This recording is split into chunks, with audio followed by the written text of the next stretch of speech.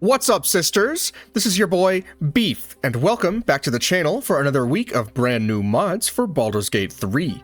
Today, we have got some new subclass mods, a ton of cool new weapons and equipment, a couple of new playable races, and some quality of life bonuses. So let's go ahead and jump right into it. Before we get started really quick, I started a Discord server this past week, so if you want to come hang out, talk about Baldur's Gate 3 mods, and play some games, then the link to join will be in the description below. Every great adventure starts with character creation, so why not do it in style? Starting us off today, we have Lydia's Heads for BT1 Dwarf, Volume 1 by Playman.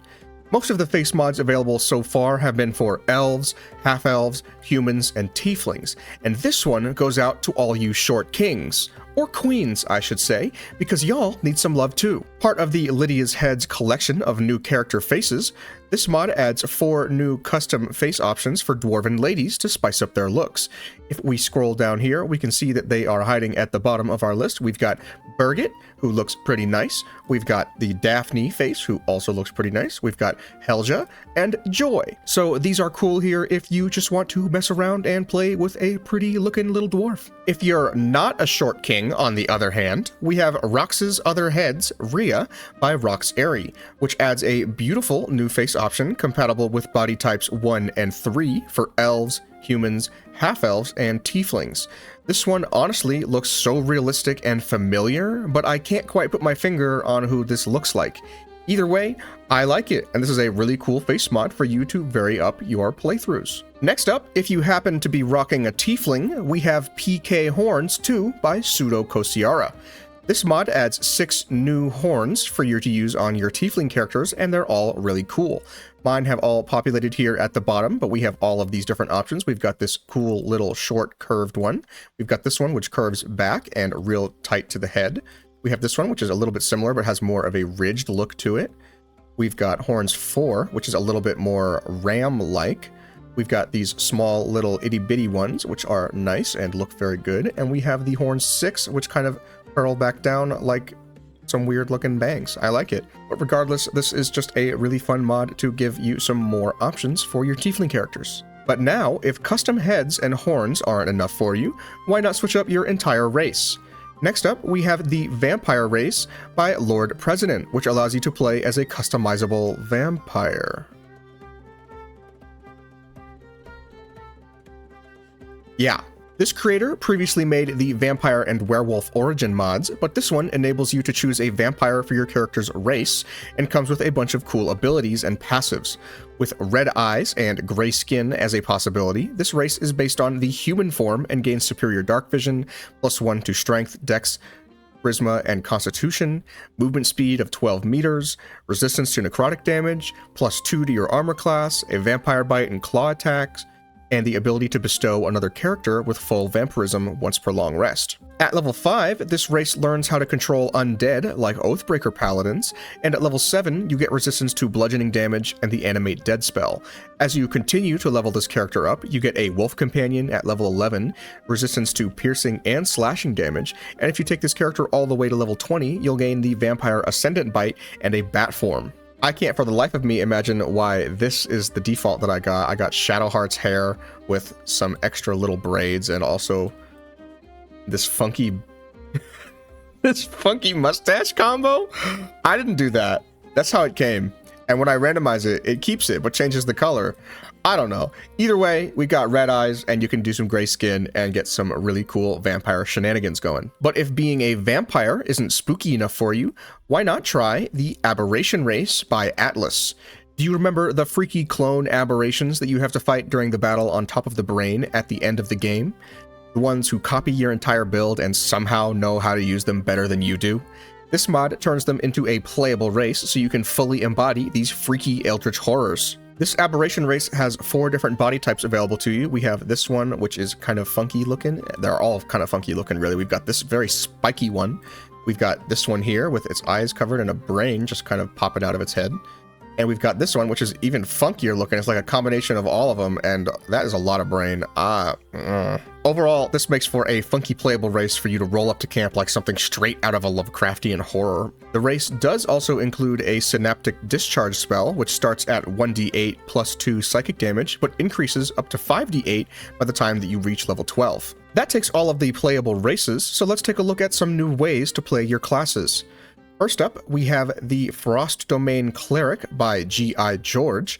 Clerics already have some of the best subclass options in the game, but this custom domain brings an icy twist.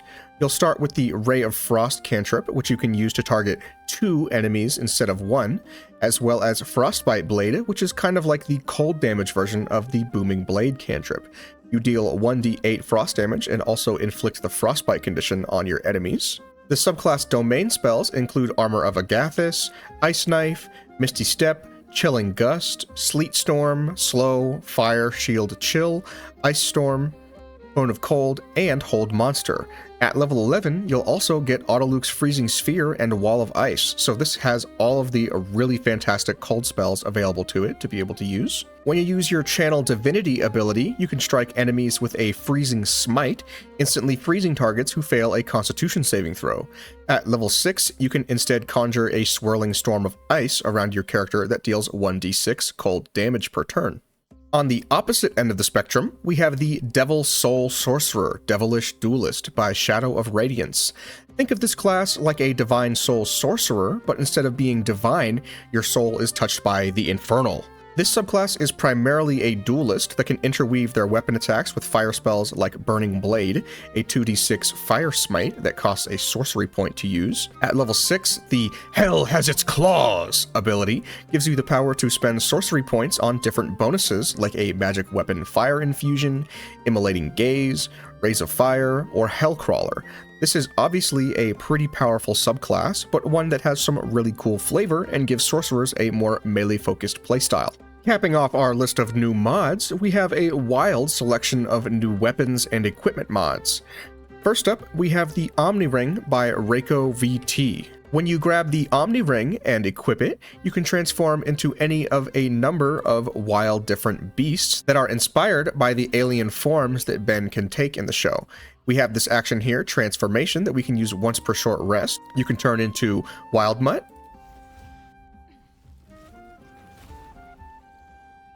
Wild Mutt has Thorn Throwing, Bite, and a Roar that breaks the eardrums. Heat Blast.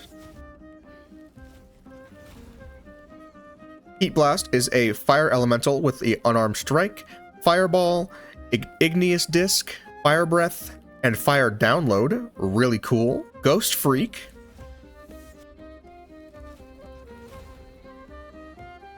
Who has access to a Petrifying Fist, Energy Ray, Intangibility, Invisibility, and Dark Currents. Really cool. You basically become a Shadow Wraith. We also have Firearms, which is a modified version of the Slayer form that gives us access to Sonic Applause for 1d4 force damage, pushing enemies, Powerful Jump, Multiple Attack, and Powerful Punch. Really cool. We have Diamond Head, who is in this game an animated piece of armor that has access to Wall of Diamonds, similar to Wall of Ice. We have Regeneration and Diamond Launch. We can turn into XLR8, who is in this game a raptor of sorts that has access to Quick Cut and Pounce. Really fun. We can also turn into Frankenstrike, who has High Voltage Electric Fist and takes on the form of Balthazar's brother. I don't remember his name. We can also do a Lightning for 1d12 damage and Thunder for 2d12 lightning plus 1d4 fire damage. Really cool. We can turn into Blitzwolfer, who in this game is a Gnoll, I believe it's Flind, who has Demonic Bite for piercing and poison damage and Sonic Howl for 2d8 force damage. We can also turn into Eye Guy, who in this game is a doppelganger with access to multiple energy ray, all of these different push and shove actions, and slam. And lastly, we can turn into Snarrow, who is in this game just a mummy with access to Ball of Bandages, Bandage Whip, and Rotting Fist, which is similar to the other mummies. But regardless, this just allows you to kind of simulate your own Ben 10 kind of playthrough if you want to. It's really cool that the mod author was able to find different monsters which kind of represent the different aliens from Ben 10 and was able to create them with their own combination of abilities and powers based on their counterparts from the show. Really fun, and it reminds me of when I was a kid and when I used to watch that show a lot, because that was one of my favorite shows as a kid. Next up, we have Gortash's Hot Heels by Galgant. Sometimes you just gotta slay, both literally and fashion-wise. This mod adds a little pump to Gortash's boots to make them look even better and give him some more style points. Obviously, you can loot these from him, being the tyrannical jackboots, so you can equip these for yourself. Even though you can't loot Cazador's boots, this mod also adds the same heels to our silly vampire's boots, because apparently he and Gortash shop at the same store. Next up, we have 3 new mods from one of my favorite creators, Skirbie. I promise I'm not just glazing Skirbie week after week at this point. These mods are really just that good and a ton of fun to play with. Our first mod from Skirbie is another weapon commissioned by BG3 content creator Morgana Evelyn. Evelyn's Dark Urge knife is an insanely cool kitchen knife, chef's knife dagger designed around playing as the Dark Urge origin character. Like other Skirbie weapon mods, this knife comes with a host of new passives and abilities that grow stronger as you level up your character. The main effect of this weapon is that it starts as a +1 enchanted item, and every time that you kill an enemy, your knife gets a +1 damage bonus. Permanently. That's right, every single kill, +1 damage, permanently. Imagine Scarlet Remittance on the Rhapsody Dagger, but it has literally no ceiling and no cooldown. By the end of the game, you'll be doing some massive damage numbers with this knife. The knife also allows you to create an area of magical darkness that blinds and frightens enemies while granting you immunity to the blind effect. Combine this with the actions provided by this weapon, and you've got a recipe for disaster. Whether you're playing a rogue or not, this weapon has sneak attack starting at level 1, so you can hide in the darkness you create and get sneak attacks on every enemy that you hit. When you kill an enemy in the darkness, the Murder in the Dark ability makes it so that once per turn when you kill an enemy while in said darkness, you regain 1 action point and spawn another Murderer's Darkness Cloud of Darkness. At level 5, you learn the Shadow Step ability from the Way of Shadow Monks. At level 7, you learn Cloak and Dagger, Us Against the World, which is a weapon attack that adds your proficiency bonus to your damage roll and doesn't break concealment. At level 9, Ball's Presence inflicts a -2 to the armor class of enemies nearby, similar to the Aura of Murder, but armor class instead of piercing vulnerability. And at level 11, we get Corpse Explosion, marking an enemy for death. After either 2 turns or when that enemy dies, whichever comes first, they explode. Skirbie says that using this weapon in the Trials of Tav mod for endless combat encounters, they tested the limits of this dagger and pushed it up to 8,000 plus damage with no issues whatsoever. This is obviously incredibly powerful, but the fun absolutely makes up for it. If you don't want to go quite as powerful, there are slightly less powerful versions of it, including this very rare version, which still is quite insane, but not to the same degree, and the capped one will cap you at a stack of +20, so you're never really doing, you're going to be doing a lot of damage, but it's not going to be like absolutely insane, crazy damage. It's not going to be +8,000. Our next 2 Skirbie mods are a package deal. You may have noticed by now that my character is dressed kind of like a cowgirl. Well, Cowgirl Clothing Set is for those of you who want to add a little frontier flair to your party. This mod introduces a full set of cowgirl clothing, perfectly made for role-playing as a sharpshooting, spell-slinging outlaw. We have the Cowgirl hat, which gives you the marksmanship trait. You gain a +1 bonus to range attack rolls and thrown attack rolls. Smooth Start gives you momentum for 3 turns at the beginning of combat. Dauntless makes it so that you cannot be frightened, which is really cool. Cowgirl Body gives you a +1 to your initiative rolls and a +1 to dexterity saving throws and checks, as well as advantage on charisma checks. Cowgirl Gloves gives you sleight of hand +1 and attack +1. The boots give you Misty Step and the effects of can't be enwebbed, entangled, or ensnared, can't slip on grease or ice, and a +1 to athletics. This is just a really cool armor set that you can use if you want to wield them with some firearms and look like a straight up cowgirl, or just wear it if you want to just have some cool fashion flair and not use the firearms. Baby, lock the door and turn the lights down low. Completing the Outlaw Fantasy, we have Skirbie's Vintage Firearms Pack, which adds a bunch of new firearms into the game, using a selection of real-world vintage guns. The guns are displayed on a firearms rack for you to choose from a flintlock pistol, a Mauser pistol, a pepperbox pistol, a Colt 1851 revolver, a Colt Burgess lever-action rifle, and a sawed-off Winchester Model 1887. The different weapons have unique passives and actions depending on what type of gun it is, and are all just a ton of fun to mess around with.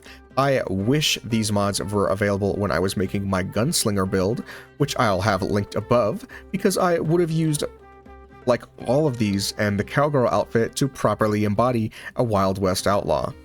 Oh well. Django! And finally, we have Loot Master by SwissFred57. I've covered other mods by this creator before that help with looting enemies and chests after finishing combat, but this one combines each of them into one all-inclusive mod that lets you use an ability to instantly loot every corpse and chest in your general area. In my game, I have this little rat tail icon here that says Loot Master Spells, and it pops up our little icons here.